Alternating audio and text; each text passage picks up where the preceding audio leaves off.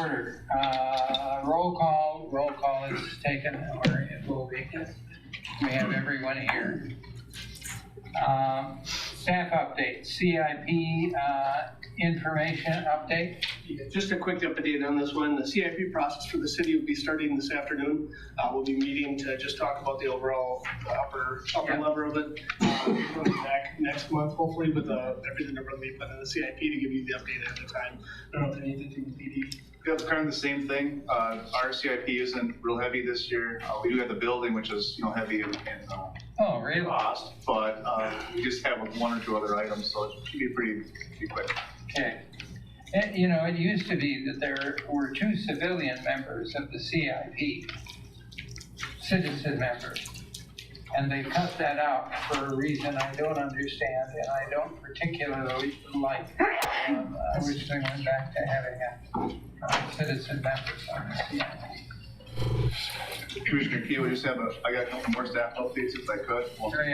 Sure. Okay. Just want to let you gentlemen know that at the police department, we are working on the strategic plan still. We've got our administrative meetings done, and we'll be breaking up in the committee soon, so we're excited to move forward with that. We've been collaborating a lot with the fire department recently. I'm not sure if you guys are aware. We did talk about Rescue Task Force. We've had several trainings with that, and that seems to be going really well. We're also looking for other ways that we can work together too. One of the biggest conversations we're having right now is with TEMS, Tactical EMS. So we hope to have some information for you in the upcoming months on that. Could be a good opportunity for us to work together too. So we've got RFPs out for the building right now. They aren't due back until March, I believe. So we do have some companies that are interested in sending out questions now, so that's looking optimistic as well. Ever talked about the CIP, and we are continuing to look for some grants. There's some available for the buildings, and for some other mental health stuff and officer wellness things. So we're hoping to get those moving as well, but they're extremely competitive, as you know. So hopefully we'll have good news in the future. Thank you. Comments, questions? I appreciate hearing that there's cooperation between the 2 departments. The more of that you can do, the more you leverage the people's money. I'm glad to hear that. Approval of the minutes of the January 16th, 2025 regular meeting. Motion to approve, please. Thank you. Is there a second to that? Thank you. I have a motion, I have a second. Any comments, questions, changes, corrections? Hearing none, all in favor of the motion signify by saying aye. Aye. All opposed. Thank you. Motion carries. Review and approve 2024 ambulance accounts receivable write-offs presented by, what? Skip number 6. I didn't like number 6. Fire service and law enforcement news updates. I'm sorry. Last year, Wisconsin law enforcement dealt with 211 victims of human trafficking. From the Los Angeles fires, you can read this. LA County Fire wants to set up a system to track people who have mobility challenges and health challenges, so they know where they are and can get them out. There were several fatalities because people could not get out of their residence due to mobility problems. Law enforcement line of duty dates, deaths, the 2024 statistics are out. You'll note the number is up 25% from previous year. An item that I have been emphasizing was struck by deaths of officers on the highway. Went up from 8 in 2023 to 17 in 2024. Going to the next page, we have got various graphs. And you'll note on the fatalities by state, the largest number of deaths are occurring in these metro areas, Illinois, New York, and down south, Florida and Texas. I've attached 2 articles They're both from 2018. 10 reasons why we need PIOs, public information officers. I think it's a good article, and I'd like to have PR and a discussion of public information officers on a future agenda. Okay. I think we're at a time where PR is becoming ever more important to get the word out about what we're doing in both departments. There is also, on the next page, this again is from 2018. Dave Griffith, who writes for one of the law enforcement journals, in 2018 had an article about artificial intelligence and some of the hazards that could cause for law enforcement. And then National Institute of Occupational Health and Safety released in January 2 reports about firefighter fatalities, one in St. Louis, which is a fire in the Benton building, and Clinton, Iowa, which is a cyber explosion. And I'll have some information about those later. Thank you. Account manager, it's your turn. So it's the annual resolution where I come by and ask and say, here's how much was written off, do you approve it? I believe this is a statutorily required item where you have to be aware of what's been on ambulance write-offs. And for this year, actual write-offs were $171,527.37. I went through the past couple of years, and the out-of-statutory item is the one that keeps growing. This is the one of why we created the $889,000 allowance and upped that last year. In 2022, it was $52,000. In 2023, it was $97,000. And this year, it's $164,000. So the reason we did that so long ago was because we were recognizing that now we're starting to level off. So we'll see if we maintain the $160,000 going forward. My guess is it'll be probably pretty close to that, if not a little more. But we'll have to see when time tells. And so we need a motion to approve those write-offs. I move to approve the write-offs as presented by Jordan. Second? Second. Thank you. Any questions for Jordan? He's got all the answers. Thank you. We haven't voted yet, so you can't leave. I tried that too. It doesn't work. No questions, no comments. We need a roll call. Pinker, Yes. Meek, Yes. Hanson, Yes. Gershman, and Keel. Yes. Gordon, you're free to go. Thanks, James.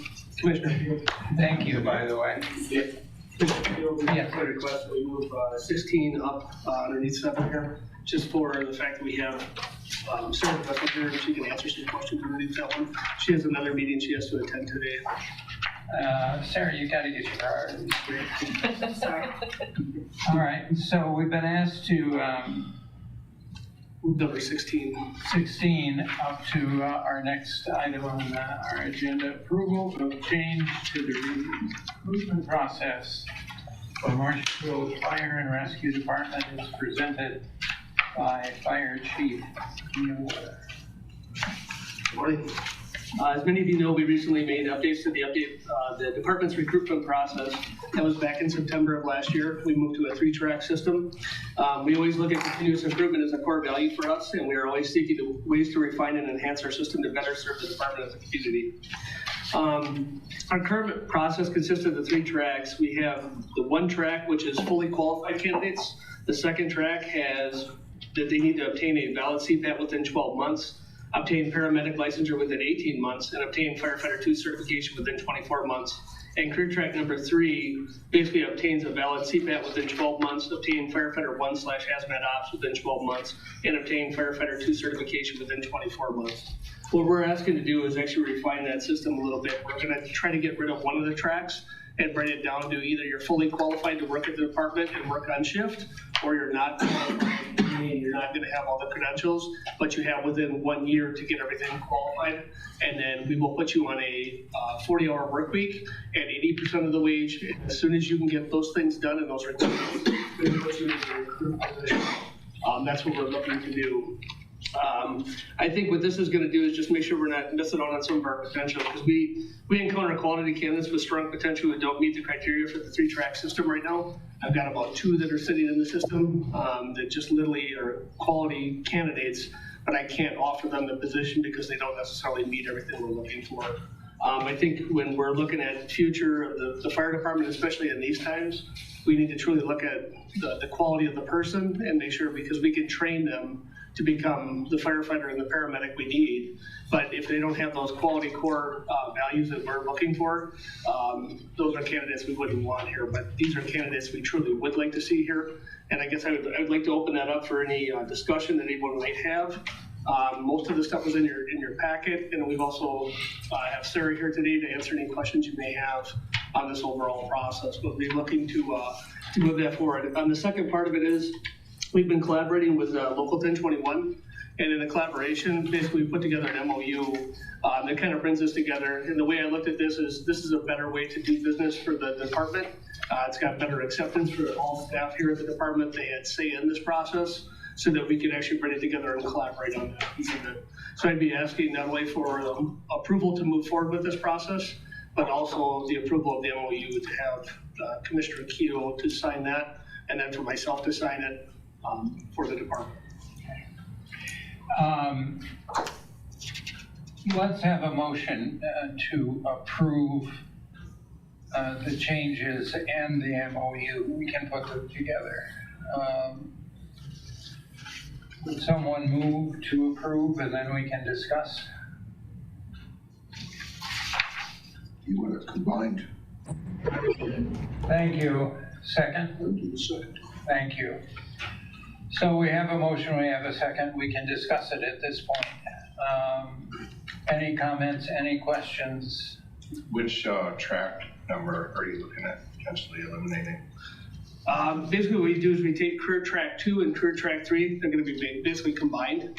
That'll kind of alleviate that, where we're not putting someone on shift where they're not fully qualified to actually run that position. They're going to be working off to the side, so they can work on a 40-hour work week, which would be a flexible week, meaning we can flex them a little bit one way or another direction. If there's a night class, we can move them towards the nights.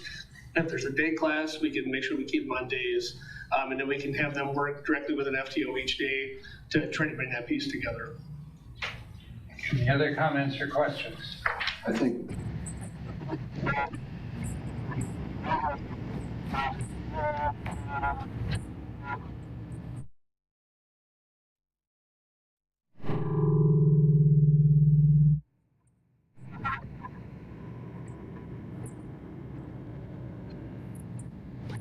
Yes, that would be correct.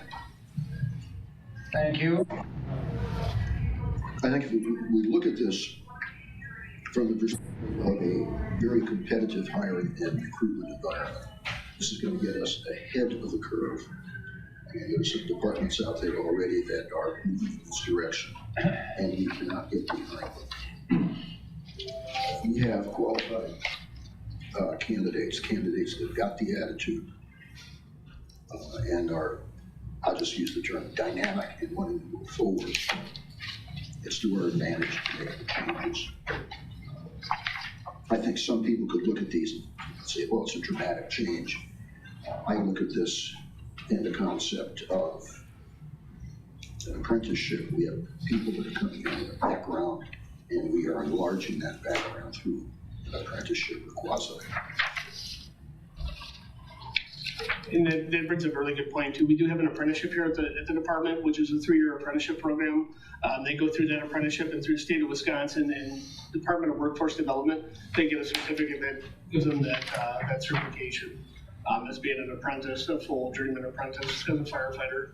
Kind of a unique program. Not a lot of departments are partaking in that program. We're like one of the last ones, but I see it is starting to kind of take a little bit more because of all the problems that people are having in other departments. This one is starting to kind of take a front, bringing it back to the front, and everybody is starting to cycle through that program throughout the state. Okay, any other comments or questions? Thank you, Eric. Hearing none, we'll have a roll call vote on the motion to approve his changes and the MOU. Pinker, Yes. Meek, Yes. Hanson, Yes. Gershman? Keel. Yes, Thank you. we've taken care of that item, and I think it's considering, I had a meeting yesterday and I heard things about hiring that I could not believe. You know, somebody saying we're not gonna do that because we can't hire anybody to staff it. Seemed to me like a pretty good job. Anyway. I'd like to just say thank you to Sarah though for coming over today. Oh, yeah, Sarah. Thanks for having me. This was We fun. we didn't need you. I appreciate it. Though. Thank you, Sarah. Yeah, if you guys need anything else, let me know. What's your next one? I'm heading to Wausau for a law training. It's too cold. You can't go. Right? It's dangerous out there. It was a heck of a drive in this morning. Where do you drive from? Clover. Wow. Oh, no. I know I'm crazy, right? Every day. You know, I spent a long time in North Dakota and I thought cold would never get to me, but this I don't mind. I'm over it. We have, Andy? yeah. As long as Sarah's mentioned Wausau, that meeting I mentioned is to change from the Lakeview Center to the River Center, which is downtown Wausau. Oh, that's, I know the River Center. I know what the. Yeah, you come in and you. Yeah. Okay. All right. Next item is approval of police department bills. Could I have a motion to approve? Thank you. Second? Second. Thank you. Discussion of the police department bills. You want to make a presentation? There's just two things I was going to bring to your attention. All right. So first is on 8E, Axon Enterprise. Axon is becoming very expensive. However, they have the best out there, unfortunately. So as you guys are aware, I've talked to most of you about our redaction of video.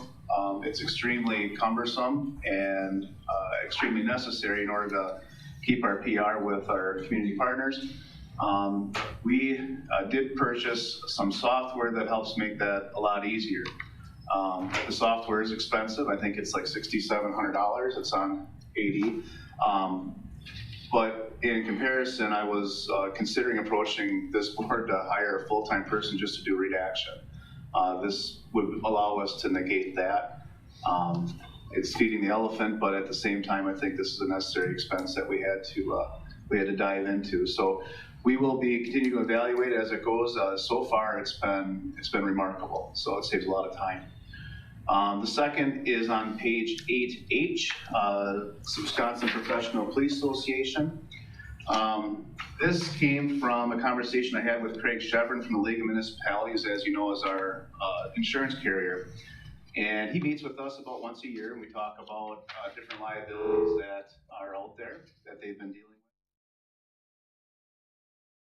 In departments like ours that have non-represented employees that still respond to calls and carry a gun and are exposed to the potential of critical incidents, they're finding that they're behind the 8 ball in civil liabilities because there isn't anything in place to have legal representation immediately after that critical incident.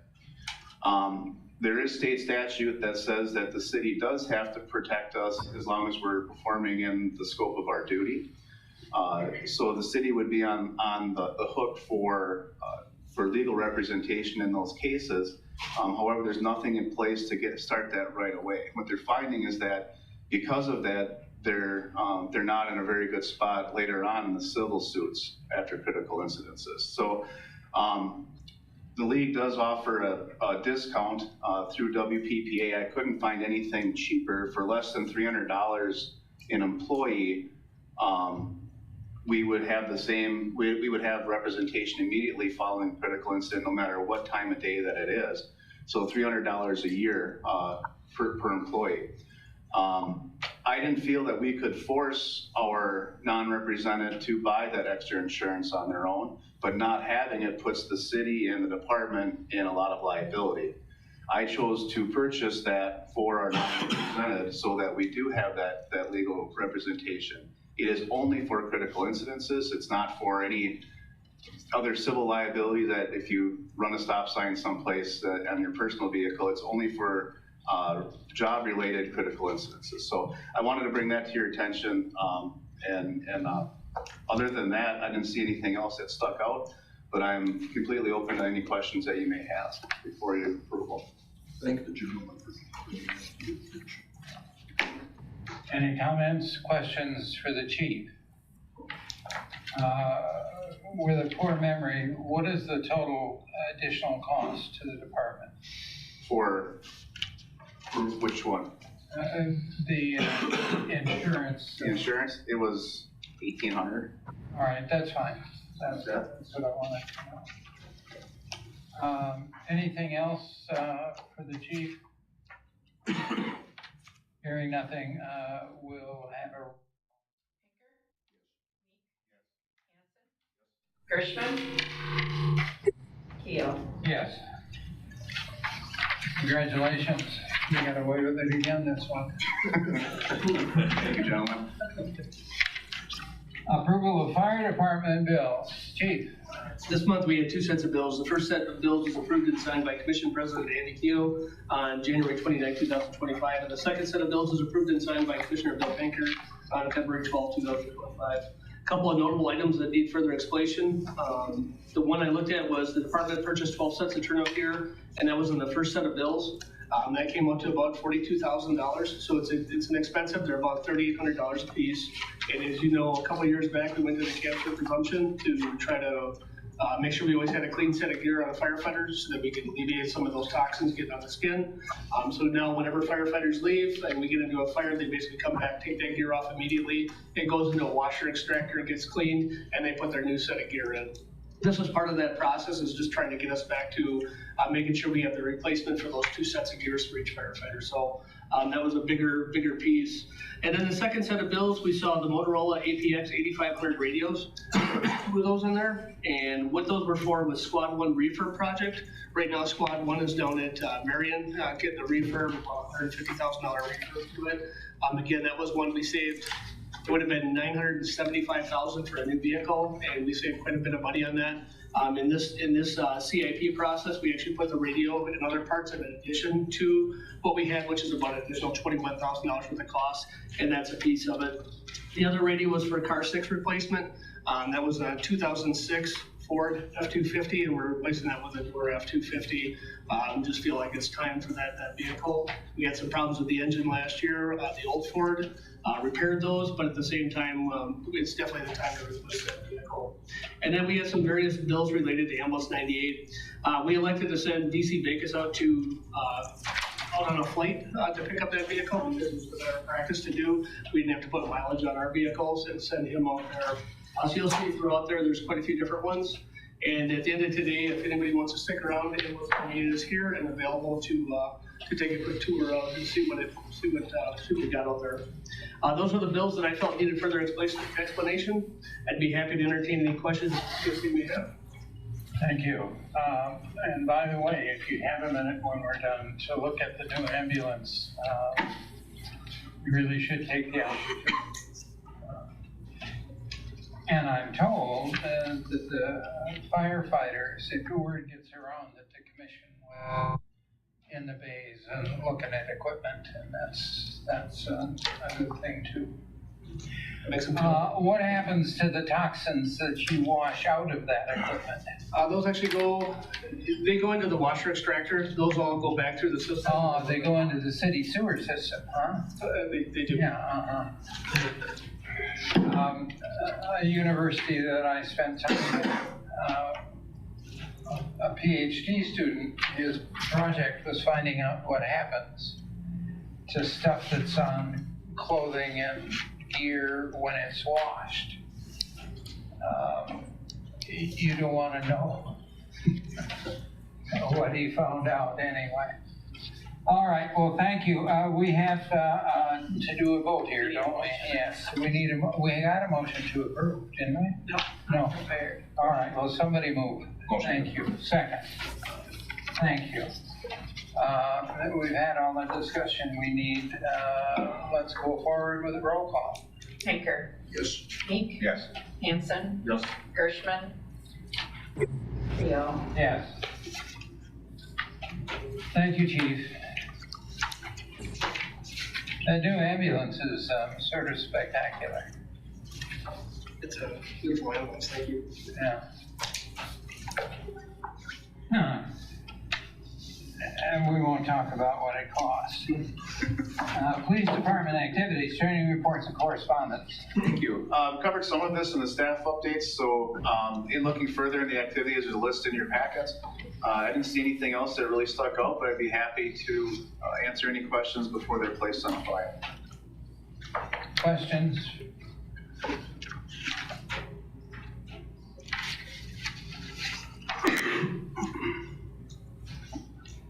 Do we have a motion? We don't, that's right. Any questions? I'm hearing none, so we'll go forward. Request for approval for the Marshfield Police Department to enact a video redaction fee. Chief, do you want to go forward with that? Yes. In your packets, you'll see that I did attach a memo briefly describing this. There was some legislation that was recently passed allowing us to recoup some of our costs for redaction fees. And as I mentioned earlier, we did buy some software in order to complete these requests. Now, these requests come in through open records. So we aren't allowed to just deny them. We have to go through the legal process to see if there's something that we need to release or not. We are getting inundated with a lot of social media companies that want to have these videos so that they can post them and probably make a bunch of money on them. What this redaction fee will allow us to do is we can provide them with a letter that informs them of the law and why we are asking for extra information that we didn't ask for before, and then allow us to bill them for the amount of time that we're spending redacting the actual videos. There's many departments that are doing this now because the legislation was passed fairly recently, and it looks like our department would be poised to move forward with it as long as it's approved through this body. So that's what I'm seeking today. Do we need a motion? I can't remember. We need a motion. You made it, yeah, thank you. Who seconded this? No, either one, just pick. Give it to Chris. Okay, we have a motion, we have a second, we can talk about it now. Are there questions for the chief about this proposal? I have some questions and concerns. When you look at the requests and how those are broken down, I figured we'd have attorneys, arrestees, victims, insurance companies, and people that are just curious. Do we have a breakdown of how that works out? As far as the number of requests that we get in from those people, or I'm not sure that we've got it drilled down. Lori, do you have anything drilled down? I imagine that our open records requests from attorneys, we can't redact anything, right? Those all get out. And so really where the biggest bite of this topic comes in is in those social media requests. Okay, what I call the curious. Right. I'd say upwards of 80% of our requests are social media at this point. Yeah. And Assistant Chief Esser brought up also that private people get 10 free. So it's after that 10 that we're able to start billing.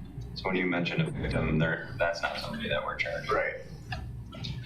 Then, just a couple technical points. In the background statement, it mentions the Freedom of Information Act. I asked that you change that because Wisconsin doesn't have a Freedom of Information Act in Wisconsin open records law. And that's how they Attorney General's office defines it. Actually, they call it the Wisconsin Public Records Law. And then that would have to be changed on the letter. It says to freedom of information to requesters. And that should probably go with something along the lines of. Well, there's both state and federal guidelines. Right, but the Wisconsin law is more expansive than the Freedom of Information Act. And there is a legal case that shows that the Freedom of Information Act doesn't apply to Wisconsin. In fact, it doesn't apply to states. So you'd have to reference that as the Wisconsin Public Records Law. So then in the statement, you'd be looking at to requesters of public records pursuant to Wisconsin Statute 1931 through 1939. I'll get a hold of you later on just to make sure I get the wording right. Sure. We'll run it past half. Yeah. See where he's at with it. And the other point, this would be from sitting too close to Andy. The statute references requesters with an ER at the end, not an OR. That's Empress map. That's just one of those things. Then I got one more. I want to know when, now you're referencing 1935 paren 3 paren H. Now I printed off a copy from the DOJ's website, and in 1935 paren 3, there is no paren H. So where did that come in? Because the copy I got, let's see, the cover sheet says May 2024. Mm-hmm. Yeah, I actually, in the memo, I cut and pasted that out of statute, so. Okay, so this occurred beyond March 2024 when DOJ actually put this together? Yeah, it's May, I had the date on there, it's May of 24, I believe. Okay, because then their online reference isn't up to date. That's what it sounds like. Yeah, this act came through fairly recently. And just in case people aren't aware, requesters are not obligated to give reason or name, with the exception of a few cases. That's changed in this act. That's changed as well? That's also listed in that cover sheet. So they are now required Yeah. to give name. Yes, because what this act allows us to do is to ensure that they're not using this material to gain profit. So it puts the onus on them to do that. And because we're able to bill ahead of time before we go through all of the steps and then provide the information like, oh, we're doing this for money. We're able to clear that up ahead of time because of this act. And that comes from all the attorney that ran the class for this open records that brought us up to date. So this is consistent across the state. Okay. So then when you say the requester provides written certification, which I assume you sign, then that would then override the previous entry of 1935, which was 1935I, except as authorized under the paragraph of the request under paragraph B to F, and will be refused because the authentic request is not going to be identified or state the purpose. Okay, so that's out as well. And just one last comment. I don't know who would be responsible for this, but I would like to get a copy of the Wisconsin Public Records Compliance Guide as well as the updated statute. If we're going to be dealing with public records, and I think the next logical step is to move that policy to the fire department. We need that so we can actually see what's being demanded relative to the statute. You know, we don't have staff other than Lori, which is the same as having 2 or 3 people. Yeah, that flies. Anyway, when you get back from Sheboygan, would you give me a buzz and we'll talk about what we're looking for there? And just for your reference, Andy, it runs, the version that is currently online runs 116 pages. Okay. Okay. I'm surprised it's not more because I'm sure lawyers wrote it.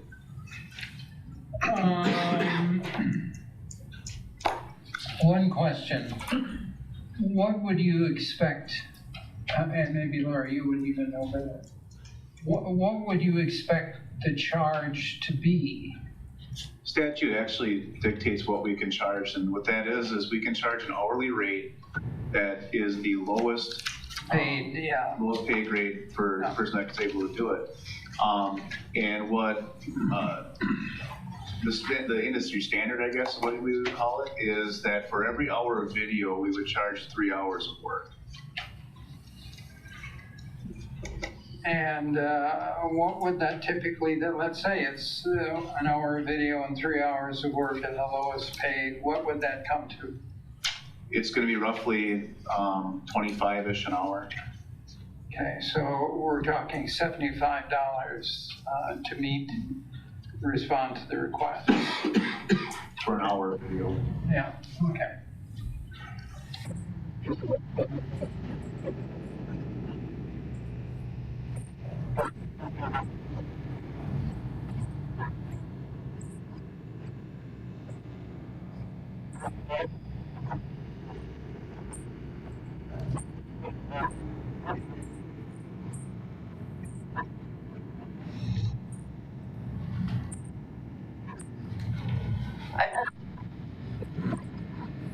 I've spoken with both Eau Claire Police Department, and they have seen a drastic reduction in those requests once they're able to start charging the fee.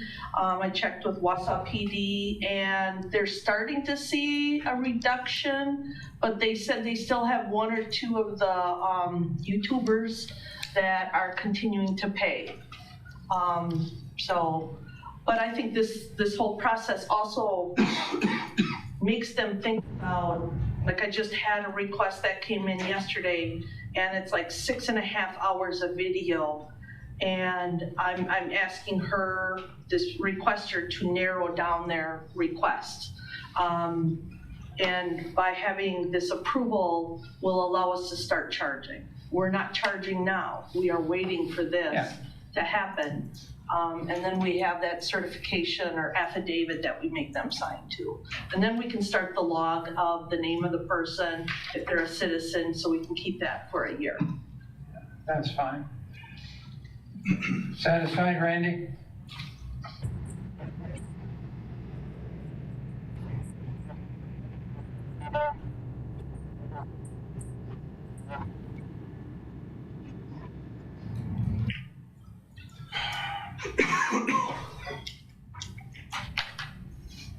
I feel good about approving this, but I still would like to see the actual statutes, the revised statutes, as well as compliance guidelines. As we move through this, it is entirely possible this is going to come to us with an irate that's curiosity point. Yeah, and then if we go to the fire department, we should have a similar policy. Everyone wants to have everything in front of us, as well as the compliance guide, so we know what that compliance actually involves. I think you're right. I think we need to do what you suggest. I agree that we have enough structure in the proposal today to move forward with it, but we've got some steps to take. And that reminds me, this is going to sound strange, but I was reading through some old minutes. Deputy Chief Bakos asked for something over a year ago, and we approved it saying we would review it in a year. And we haven't done that. We've got to have Lori maybe keep a tickle file that pops up a year after and says, check on this. So we'll talk about doing something like that if you don't insist on saying no. Yeah. Anyway, have we had the discussion we need? Okay, we'll have a roll call vote. Pinker, Yes. Meek, Yes. Hanson, Yes. Hirschman, Keel. Yes. And not for this meeting, but later, Jody, I want you to explain to this retired fellow Yes, that's good, that's good. how you can make money with your videos. I have to have something to do. You can figure something out for a very reasonable fee. Yeah, okay. Very reasonable. Very reasonable. Yeah, I bet. Approval of Marshfield Police Department move forward with a budget resolution to purchase the 2006 ambulance to use as a mobile fortress for the police department. So that's not how we word it, but I mean, I accept that as a mobile fortress, sounds better. Actually, this, as mentioned earlier, I know that we are looking for ways that we can collaborate together, and honestly, this was an opportunity that came up, and just because of the relationship that we're building between the police and fire, we continue to build this opportunity came before us. So I wanted to bring this forward to the commission because Commissioner Keough and I had a conversation where I guess we were all foggy about how this was presented to the commission. And before moving forward, I want to make sure that you folks understand exactly where we are and what the cost is, and make sure that you're all on board before we make any moves. So to this point, nothing has been transpired. We did get the new ambulance. We are housing the ambulance at our place right now just to keep it out of their way. But there's been nothing moving forward as far as taking ownership of it. So I want to make sure that that's clear. We have, I have a memo in your packets, but just to recap on that, we had mobile command posts. We've had one since I think 1981 when a vehicle was donated to us from Weyerhaeuser. That vehicle is extremely important in our operations. We use it to shelter us from bad weather and in instances where we're exposed to weather for long periods of time. We use it to transport equipment and personnel. Although it might not be used every day, when it is used, it's very necessary to have. Our mobile command post was, our previous one was, the latest one, I guess, was an ambulance that was very similar to the one that the fire department had. That one had a catastrophic failure in the motor on the way to training, leaving our entire SWAT team stranded on the side of the highway, which was an awesome picture. But we weren't able to salvage that vehicle. Ironically, the fire department was switching out their ambulance, which was very comparable to what we had. In talking with finance, the police department did have some income that was raised through selling our vehicles. And we were taking from that income to pay for this vehicle.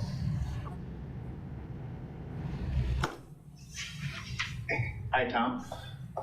And to offset the cost there and to make the enterprise fund whole. So basically the next step in this would be to have a budget resolution, simply to take the money that we earned from selling the previous vehicles, move that into the enterprise fund so that we could make that fund whole from the cost of the ambulance.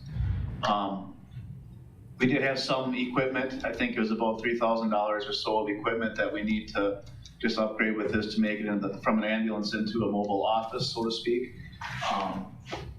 And so I wanted to come forward to ask permission to move forward with this and to have finance assist me with getting a budget resolution ready and to purchase that ambulance.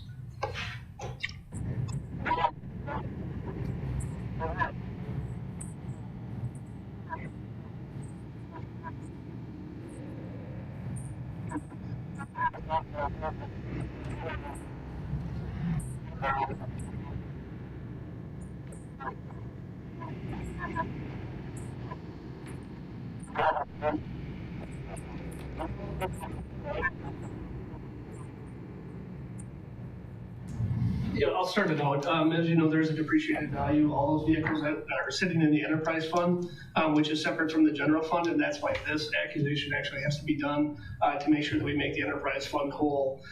As far as the value of that vehicle, I believe Steve, you had an opportunity to go through and look at that, and I'll turn it over to Steve at this point. The short answer is working with finance. We are getting paid from the police department. This goes through what the vehicle's worth. If we were to sell it on the market, I don't believe we'd get any more.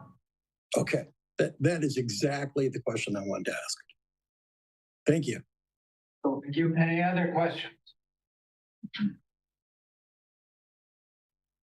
Motion to approve. Yeah, go ahead. motion to approve. Thank you. Second to that? Second. Yeah. All right, we've got the motion in a second.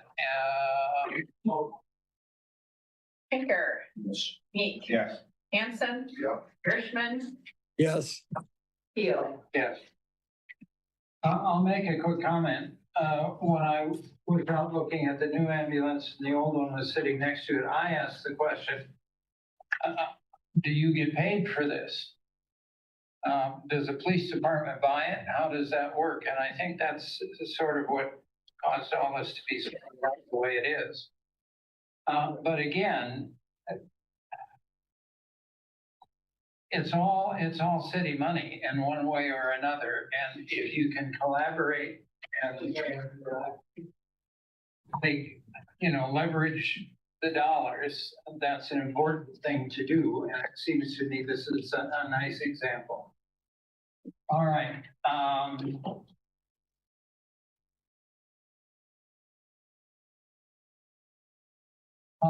Restructuring, can you do that? I guess like 12 slides and I'll hammer through as fast as I can. I don't like death by PowerPoint. All right.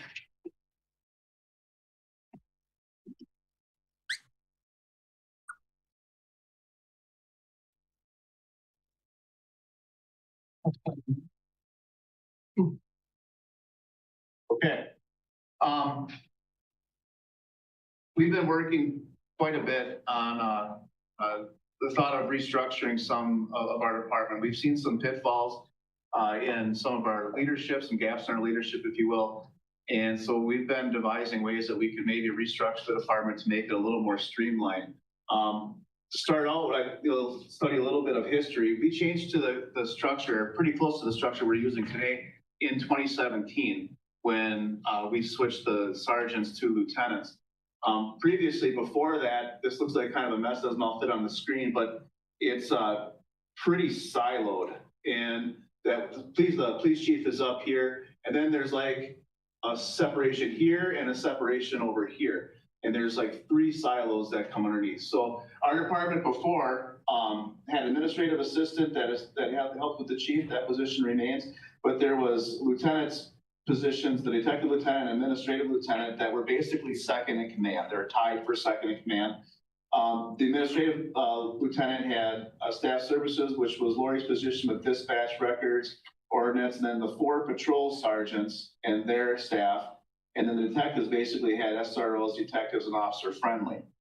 In 2017, what we did is we moved to essentially what we had now, which really cleaned up our structure and made a lot of advantages moving forward. So we have the police chief and what's now the office coordinator. I want to make a point that the titles have changed a little bit throughout. So I don't know if it was office coordinator in 2017 or morphed into that, but the structure in itself is pretty much the same. Lori's position here is administrative services. Has record specialist custodians. We did move ordinance over into patrol fairly recently. That didn't happen in 2017, but we did add the assistant chief to clear the gap up between the police chief and the lieutenants, which was necessary. They were quite siloed and very, there wasn't much gap in between there, which is necessary. Then in 2017, we changed our police sergeants to patrol lieutenants. And that was done largely in part to accurately title the position that they were doing. So when we did a civil service exam to take for sergeants, we always took the lieutenant's civil service exam because that better matched the job duties that we were doing. So the administration and the police department at that time decided to level off that and have it accurately portrayed, which made the patrol lieutenants, but we kept the detective lieutenant exactly the same. So we just brought the sergeants up to the lieutenant level and then flattened out that structure, so to speak.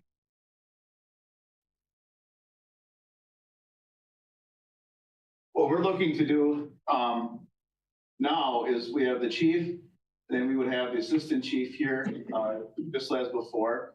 The purple would be the additions that we're looking to do. Lori is going to be retiring this year, which will be she's an icon in our department, and but we did have to look at her position because Lori does about, I don't know, a whole bunch of different stuff in that position. So to train somebody to replace Lori would be a feat that would be very difficult to do. In looking into our record specialists, we have not a whole bunch of opportunities for record specialists to advance into. And sometimes the record specialists aren't really excited to move into the positions that are available because they're really different than what they're doing today. So if they moved into the office coordinator position, which is Cindy's, that job doesn't correlate very well, and they don't get any experience in their current job to get good at that job. And then when we look at Lori's position, the record specialist would better prepare them for that position because Lori does supervise records, but there's a lot of other things that are in there that they would have to learn too. So that transition isn't as smooth as it could be. What I'm looking to do is to combine the office coordinator position and Lori's. We did look into the job descriptions and the job duties, and we are able to move the duties, the extra duties, and spread them out between the record specialists. That's including Cindy's and Lori's and the current record specialist duties. They fit well with the job description. We have had the luxury of a lot of technology in the records department, which has made things a lot more smooth, a lot more efficient. So it appears that we would have plenty of time to complete those additional tasks as well. So we've had conversations with Lori, Cindy, and the record specialist, and we all feel pretty comfortable that those could split up pretty well. The sergeant's position would be, our current lead officers, I would like to make sergeants. There's a bunch of reasons. One of the smaller reasons is that there's confusion externally from the department. When we're one of two departments that I'm aware of that runs lead officers, and the two departments that have lead officers don't run them the same way. So it causes confusion. So when someone from a different department calls and asks for administration, they're getting a lead officer. It takes some time to explain how that works sometimes. That's one of the minor reasons. We do have some bigger reasons, in my opinion, where there's some confusion internally. Our detectives are a promoted position. Our lead officers are an appointed position, but the lead officer outranks a detective. And so there's some confusion in our ranks there. And what that causes is even some of our patrol officers don't truly understand that the lead officer does have rank even when the lieutenant is there. And so we need to really level that out and actually be accurate with what that job is. And the lead officer's job description matches that of a sergeant's position. The detective lieutenant, one of the advantages to switching in 2017 when we switched to that structure was that we wanted to have the luxury of being able to laterally move all of our lieutenants. So if we felt the need that a detective lieutenant should go to patrol or vice versa, we could make that switch without a lot of disruption. The problem is, remember when we went to the lieutenant level, we kept that detective lieutenant the same. So we didn't address the city policies to where they have different holidays than the contracted people. So in essence, our detective lieutenant has days that they can't come to work, that their subordinates have to come to work, and vice versa. So there's a disconnect in how that structure laid out. The detective lieutenant is not allowed to come to work on holidays. They have to take that day off. Patrol lieutenants accrue 96 hours of holidays a year. They have to use 12. The rest of that they can take in pay or in time off. So there's a disconnect in those lieutenants. So even to attract someone to go from patrol to detective can be difficult as well. So that didn't really mesh too well in our last structure. And so I would like to address that issue in this restructure too. So with Lori retiring and the restructuring, it looks like we would lose one FTE in our department. I feel that there's a good chance that that could offset all or most of this cost in the proposals that I'm structured, but we would have to work with finance to get better numbers to make sure that that all works out before we would make any commitments. So the things that we need to do from here is I've got to work with HR to make sure that we have the new positions in appropriate pay grades and that everybody is in the appropriate spot, so we know that what pay rate they're going to be and what our final cost would be. I need to discuss with the union because lead officers and the sergeants and that's all in the contracted part with the union, so we need to collaborate with them. Our finance department has to figure out what the total cost of all of that would be. And then we would like to have, you know, that prepared, all those numbers prepared before we go to our budget so that we could have a goal of a start date of January 1st of 2026. So the biggest thing that I wanted to do is approach this body because I don't want to involve all of these other people and have them put time into a project that isn't supported by this commission. So what I'm asking of you is for some input on whether or not you agree with the structures as they're laid out or to answer questions and clear things up so that we can move forward and not take other people's times without having this the support at this level here. So my purpose today is really just to let you know some of the details of how we want to do the structure and to get your input on moving forward or not.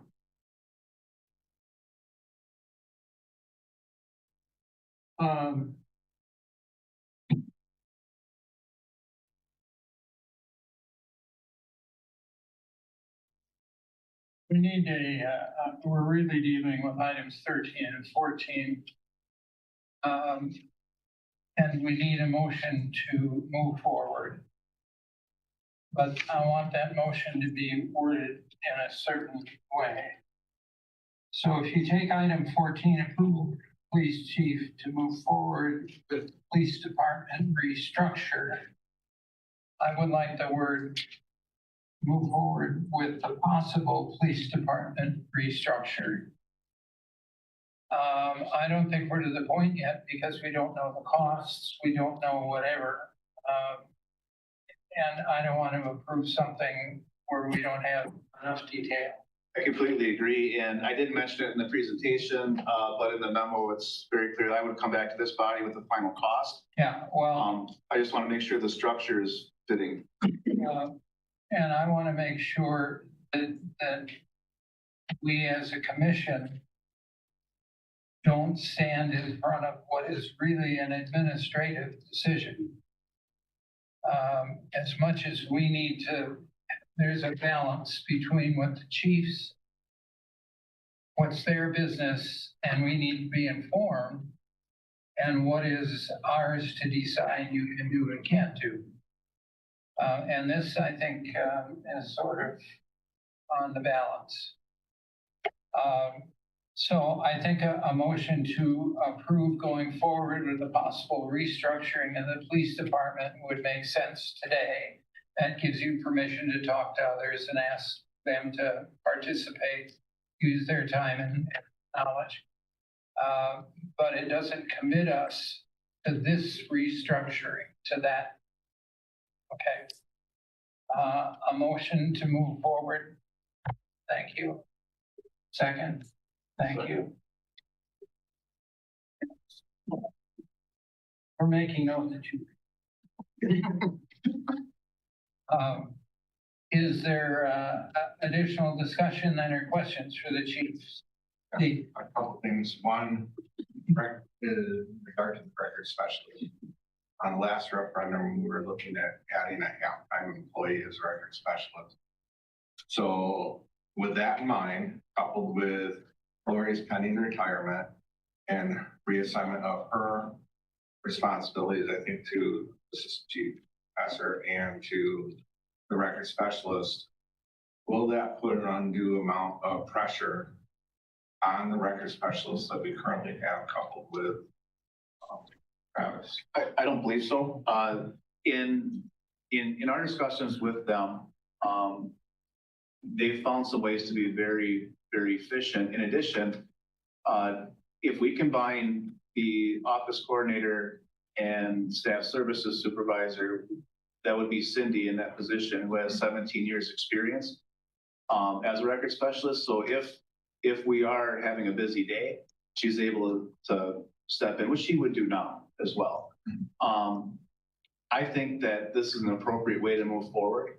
I can't guarantee anything, of course, but every indication we have at this point is that 3 record specialists with Cindy in there would fit our needs. And so with that in mind, could we potentially, if this goes forward, after all the research, come back and revisit whether or not we need to look at hiring another record specialist to fill in, so that we don't have people so burned out that they're ready to leave, and then we have a compounded problem beyond, what I could really control. I think we would do that in any position. Some of the things that crossed my mind, and Mr. Pinker had mentioned earlier, is, we would look into a PIO, a media specialist. Probably that could offset some of that, if the record specialist got busy, that PIO could step in and offset. I think we need to move more into that direction, looking into adding into more staff in the current positions that we have, and to have more latitude to cover different things. So that's what my vision is. Thank you. I have a couple comments if I could. I just want to add on to a little bit of Commissioner Meek's comments. It was not even a year ago, I think we asked the public for additional staff person for this department. Now we're looking at combining the position. I don't think, just from the information I've seen from the memo, I know what you're trying to do. You're trying to eliminate a full-time staff services position that's non-representative, and then shift those dollars to represented employees. Well, part of the issue is, one, we're in the midst of a union contract, and typically you don't want to go back to those contracts in between.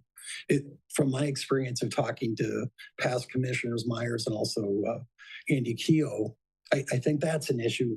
The other thing is, I think this whole idea of restructuring is really totally within the scope of what we do as a department. Not that, Jody, that you don't have an authority to look at it, but I think there's a lot of things you mentioned. One of them is, you said there's confusion from external parties in the terms of the way our organization is. And I'm like, is that an important thing that we need to, whether it's a lead officer or a sergeant? Is that something that we need to fix right away? And I'm not trying to be negative about this, but I just think there's so many things that we need to talk about. The other thing you talked about in terms of observation, that the lieutenant's not in, the detectives have some confusion of who to talk to. Well, we've got multiple roles of people. We've got chief, we've got an assistant chief. I just don't see that there's not resources when somebody takes a day off that those people in that room can't handle some issue, at least without a phone call. So I'm not trying to be hugely negative about it, but I think there's a lot of things this needs to be discussed. Especially if you're looking at reorganization, I think you're going to have to look at the total cost. And I'm like, should we even be starting these conversations now, or should we wait until we're back into negotiating another contract? Okay. Any other comments, Bill? First question, and this is for the people that might be watching today. Somebody walks in the office, Oh, you have 3 people in there. And she's talking about record specialists. What are these other people? What are their titles? Are they all record specialists? The 3 people that are up front Yeah. now are all record They're all specialists. record, okay, so we have 3 record specialists. Okay, that's just so people understand what that is. I don't know whether this is counter to Randy's point, but I do believe this is going to introduce confusion in dealing with others.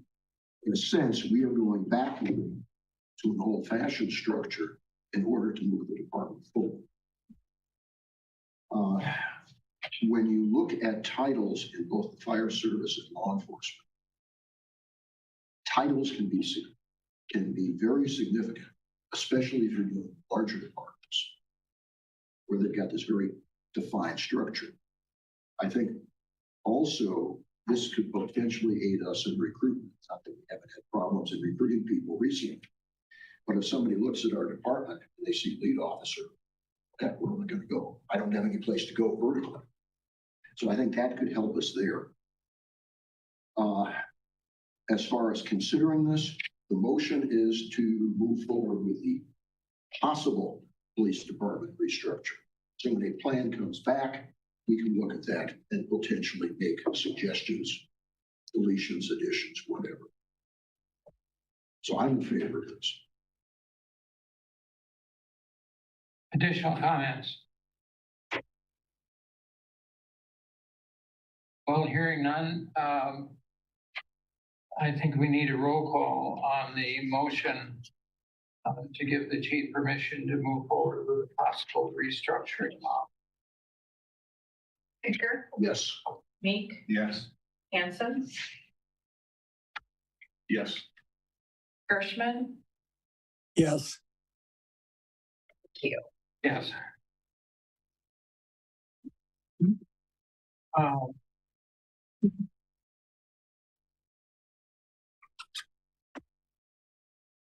A quick comment, and I don't want to use time. You said that in the 2017 change, there were 2 potential chiefs when the chief was gone.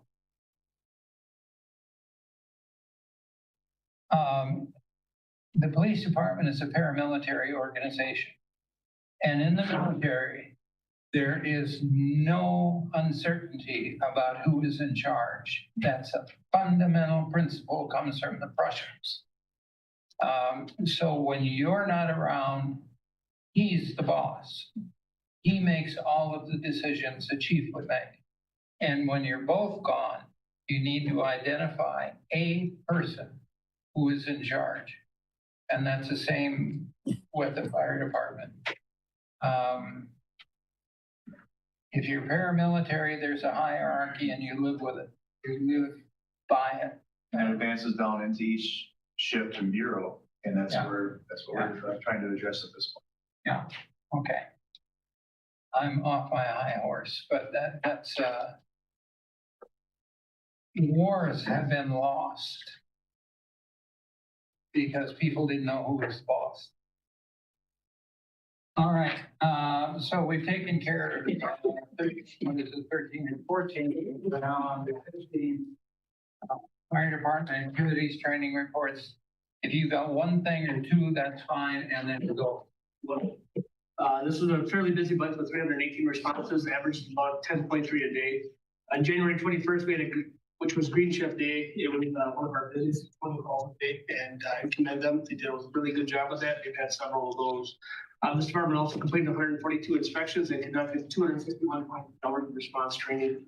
1 item I'd like to just bring up is just the credit. You'll see CISM in the overall report, and that actually is critical incident stress management. We're trying to do a better job of going back and defining all of those, and that was one of the things you asked for. That's just a bigger part of our mental health awareness. What that does is after we get done with a very bad call, we can actually put a CISM team together where they can come in and talk about the call and put all the pieces back together so that everyone has a full understanding of what happened. Steve Bakis is actually our CISM team coordinator, It does a good job with that, putting those things together. We get many different calls throughout the month for different system teams throughout different areas, and he activates those to make sure that all comes together for other departments outside of ours as well. But those were the items that stood out to me for further clarification. I'd be happy to answer any questions if you may have. Any questions? Got 3 questions. On the 6th, North Maple fire discussion. What happened on North Maple? North Maple, we had a residential fire up there. Basically, it was, they had a plug where they had one extension cord, small electrical, just two rounds on it, and then they plugged multiple large things to it and created a fire. On this, again, on the 6th, meeting with Sanford. It wasn't actually a meeting. It was a get together. Madam Mayor was there as well. Basically, they allowed us to come in and meet with Sanford Health professionals. And basically, they were kind of telling us how things were moving forward for their organization. They were held out at a local Marshfield, and it was a very good chance to get to meet different people within that new organization. Okay. I'll jump in quickly and say it was a dynamic evening, absolutely, all the way around. It was great. They are the same as us. Our interests are the same as their interests. So yeah, wish more people could have been there, but it was great. And on the 15th, the lab tech, Merrill Fire Department is that. Lab Tech is our, actually. At the record system? Yeah, Relief Lieutenant Paul Takis is in charge of that. It actually is how we do our scheduling for the shifts. We can put everything on basically a electronic calendar, and people can go ahead and coordinate through that calendar to make sure that we've got full shifts for the day and staffing. So it allows us to do that. Merrill happened to be going to that program, and as always, we try to assist other departments when they come down. As we had an opportunity to sit down with them and just kind of go through what the finer qualities of that program were and how it works. Then on the 30th, you and Chief Weiland met with the Spencer Fire Department to discuss Mavis. Are we planning on a memo of understanding with Spencer for first response? Yeah, we've changed a couple things up on our Mavis response. Mavis is the mutual aid box alarm system. That's basically your pre-plans associated with each one of our calls. So if we get a call for tenders, we have a non-hydrant tender card.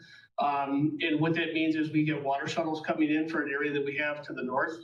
We have an opportunity to mesh with the Spencer Fire Department. They've actually got 2 water shuttles they can provide for us, which gives us 6,000 gallons of water immediately in that area, or within, I think it's like 5 to 6 minutes of getting to that spot. And in addition, they also bought a 100-foot aerial. That's a 100-foot aerial without a basket on it on the front. It doesn't have the bucket on the front, but it does have a 100-foot aerial, and they're going to start coming, and they can provide 4 to 6 people with that fire response. So that helps us out greatly during the day. No bucket, but it's got a horn on it, a nozzle on it. Yep, it's got the nozzle. Yep, it can pump 1,000 gallons per minute. Just doesn't have the ability to actually have somebody stationed up there in a comfortable position. Yeah, ours does have that ability and a little bit more for rescue and different things that we can do with ours. And on 31st, blue shift training, forcible entry. Saying this becomes sort of a roundabout question from a neighbor who replied. Paul was there. Sure. My neighbor who had a non-stoppable nosebleed. She is on a medical alert. My wife and I are one call people. And she said, well, what if they can't get anybody? Is the fire department going to break my door down? So the question is, if you've got a medical alert call, nobody's responding, how do you get into the house? Thank you for that question. Typically what we'll do is the least invasive method possible would be if we can find a door key, if there's somebody who can open the door for us, we'll go that method always. But if we see somebody, we do see a direct line of sight, we need to do a rescue, we're going to go through the door, we're going to either break a window, door, whatever we have to do. And there is a process for them to recoup costs if we have to do that through the city. We may have to make, I think it's within 48 hours, we have to make sure we make a report to the city and the city clerk to make sure that's covered as far as our injuries. Okay, thank you. But we do absolutely take care of it. With that in mind, could it be something that we could research to possibly have a Knox box installed at the homeowner's expense? Absolutely. So the fire department would have access to it in situations. That even goes so far as to speak, that process is already They just need to contact us, they get a code from us, and then basically we have a lockbox that they can mount on the outside of their house.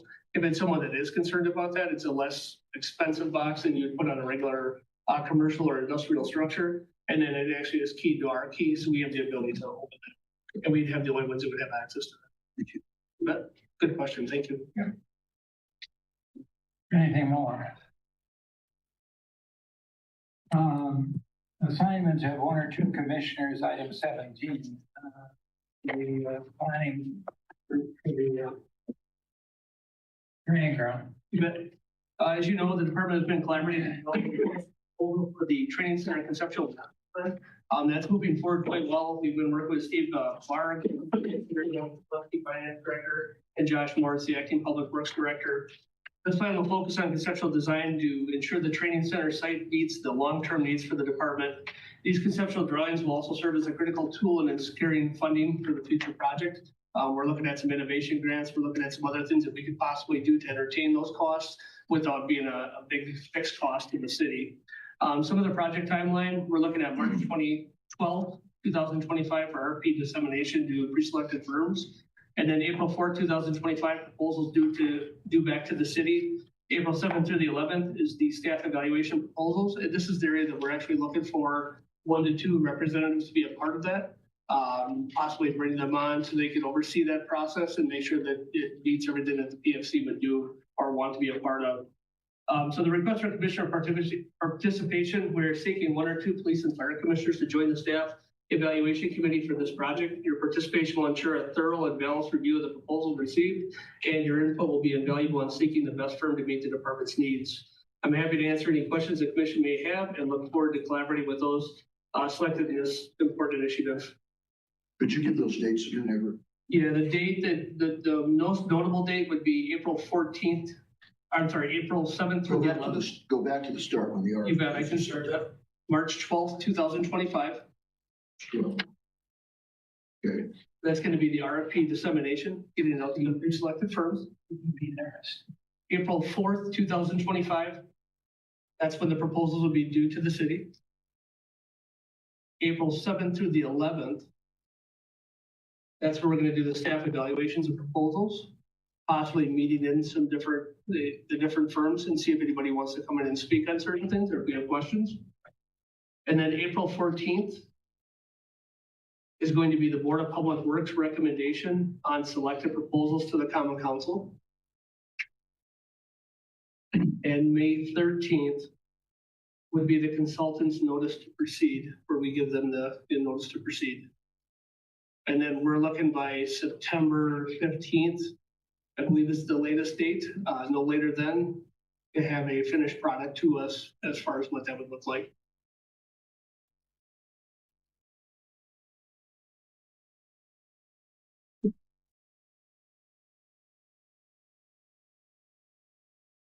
Yeah. So, if we can do it immediately, we'll do it. Who would like to serve as a commission representative? Steve? Yep. Bill, are you interested?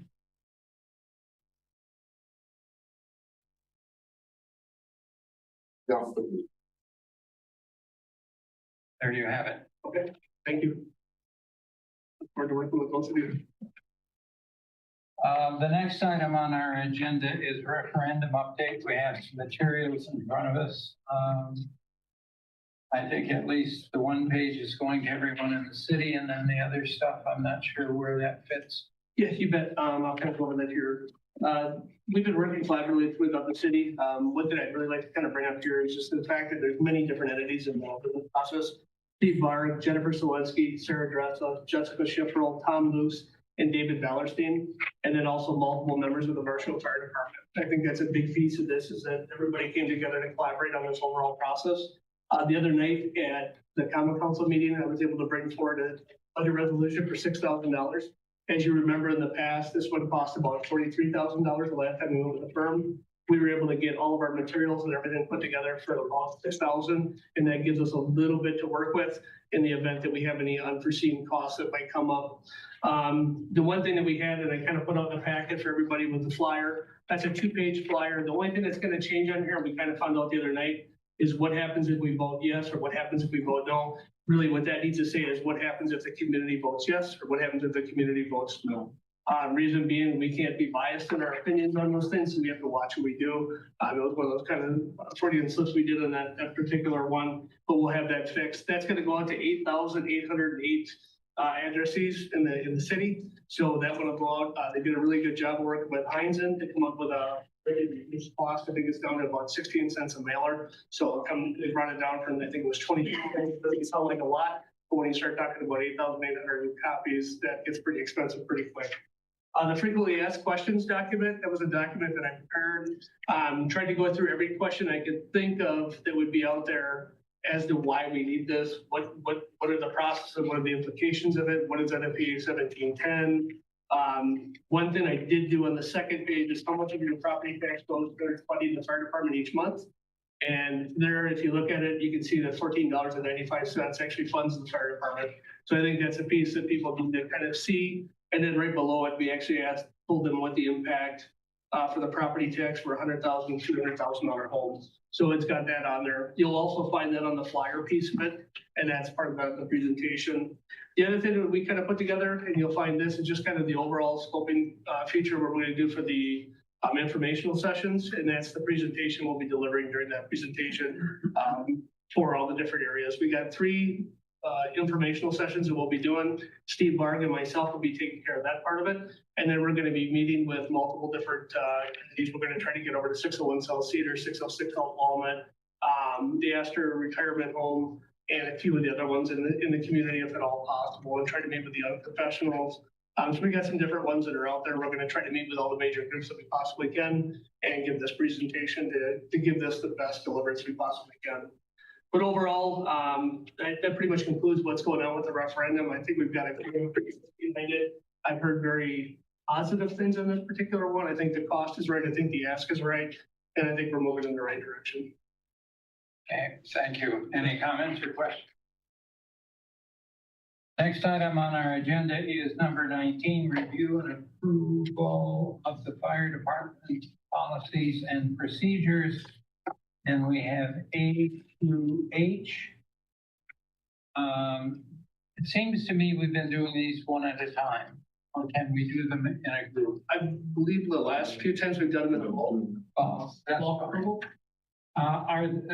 Need a motion to approve. I'll make the motion to approve all policies presented.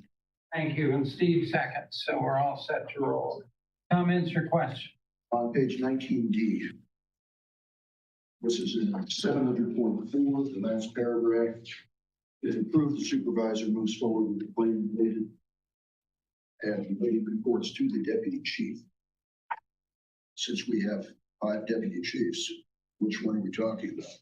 I believe that unilaterally allows chain of command to pick up. So if I happen to be gone, then I designate the deputy chiefs that would be in charge. Okay. And then we would just work our way down that chain of command. On page 19F, policy 702. This goes down to in-service, any vehicle or apparatus, either staffed or cross-staffed by members of the Fire Operations Division. However we call it, Fire Prevention, Fire Response Division. Because we don't actually have a Fire Operations Division. I believe that's setting up for the future. I mean, I believe that when we talk about operations, we do have an operations section. Basically, that's handled by the shift commanders. So they are part of operations. They do operations on a daily basis. And I believe that meets them as far as their need. I'm not going to object to the policy, but just ask Paul if he can go back to the guys and see if they can put in something different. Yeah, we could do it. 702.3.1. Operator should be responsible for, etc. Or should that be driver/engineer? The reason we left it as operators is because it's a bold term, meaning there's multiple apparatus within the department. So you can get into a engine operator, which is an engineer, but they handle the first two engines. And then you would have an acting position in there, and then you also have an aerial truck operator. And then if someone jumps to a squad, then they would also be an operator of that vehicle. So I believe operator is the best term for that particular area. Then going down to the third paragraph in that same section, apparatus shall be considered unsafe and placed out of service if deficiencies are detected in one or more of the following areas. And warning devices is not listed. You can certainly add that. That's a good point. Sirens, lights, etc. Thank you.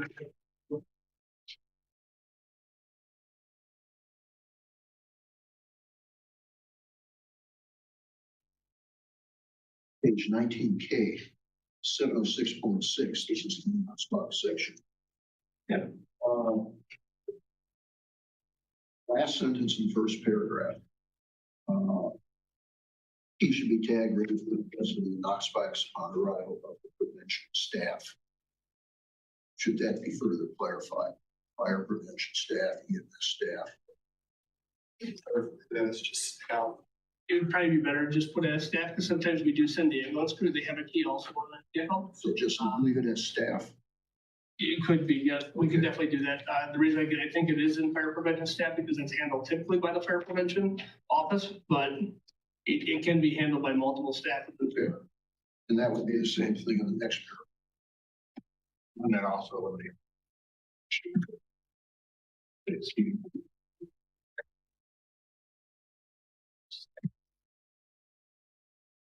Yes, I think that corrects it. Then on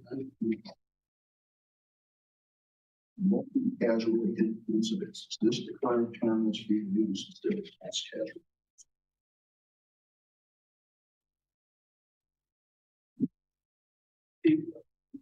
I believe it's been used kind of unilaterally, depending on the policies I've seen out there. Multi-casualty versus mass casualty. Sounds better. Multi-casualty does, it all depends on the textbook that you're reading from for, educational wise. So. Steve, would you have anything to input on that? Just that multi-casualty buys more than one. Mass casualty, the definition can be basically you're overwhelmed. So it could be 2, could be 20. So multi-casualty is probably a better term. And on the first 5 minutes,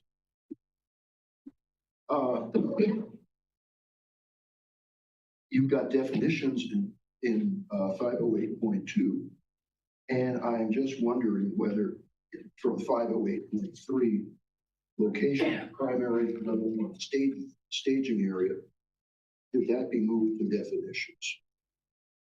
It's not going to cause me to vote no, but I'm just curious whether that should be moved up into the definition. And again, I'm giving that from the public records concept.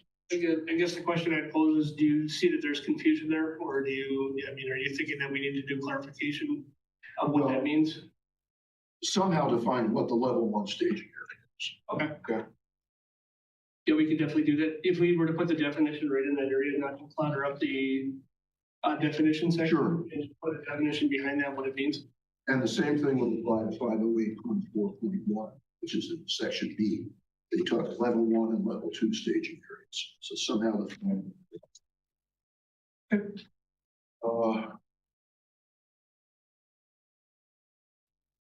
Again, on page 19T, I don't believe that, whoops, that question goes out.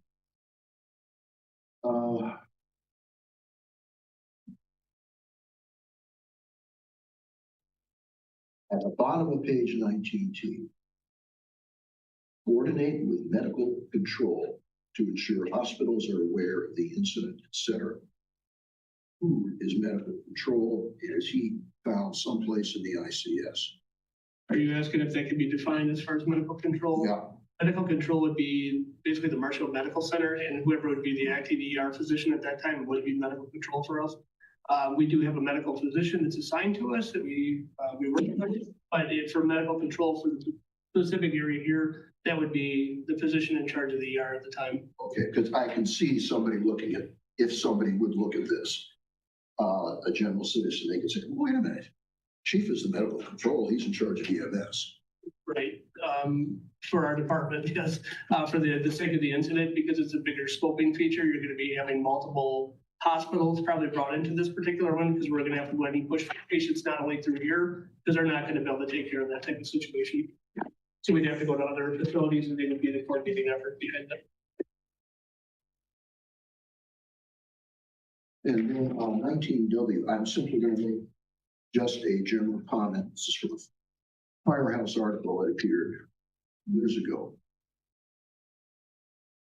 Members should wear a department uniform, clearly identifies it. Years ago, a EMS chief had written an article in Firehouse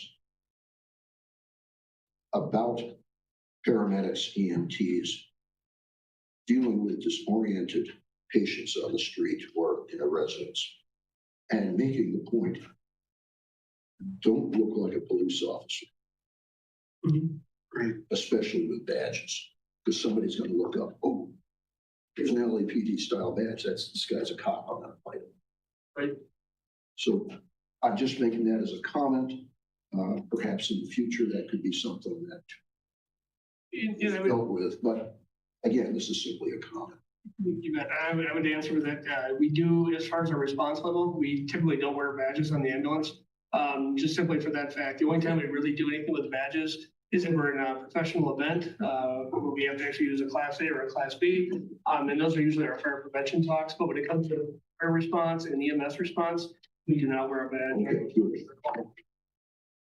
That's it. Thank you. Now, just a point of clarification on that. Do you want us to go back and make those fixes, and are you fine with us moving forward, or do you want us to bring that? I would say make the fixes and then, call this group and talk it over with you, and then we're done. No, we don't need to bring them back. We will trust you and to make the changes you recommended. I will make a comment, only one.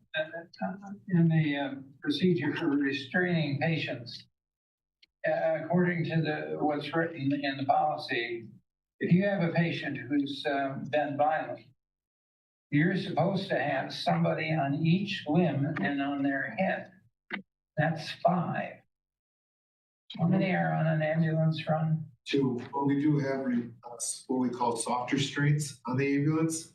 We can alleviate those extra personnel by using those. In addition, I think this has come up in other meetings as well. When we talk about having that engine response, we do staff our ambulance with 2 people, but on the engine, we would have 2 to possibly 3 personnel, depending on staffing for that day. And they also respond to that incident. So we have like we saw just a bit ago. Right. We also work with the police department. They respond with regularly now. Okay. Yeah, it's a very good point. Thank you. It struck me as a pretty high number for a small department. Yes. When you got 2 people on an ambulance going out by themselves. Correct. All right, we have a motion to approve in mass fire policies and procedures as presented. Any additional comments or questions? Hearing none, we'll have a roll call, please. Baker, Yes. Meek, Yes. Hanson, Yes. Gershman, Yes. Keo. Yes. Motion carries. Next item is, I'm going to pass on it. Yep. I'm sorry. Honest to God, we'll get to it, but. We've got a busy day. I fully understand. And 21 on the agenda is items for future meetings. PIOs, public information officers. Yes, PIOs, right there. Thank you. And given that, we'll take a 2, 3, 4. Wait a minute. You said 5 minutes, and I didn't sit there more than 5 minutes, and the attorney was coming down to throw me out. Yep, there you go. And it half looks scary. Oh, and by the way, Lori, you know, icons are always old. That comment Tony made in his memo. I've been here longer than he has. Done with the purest of hearts.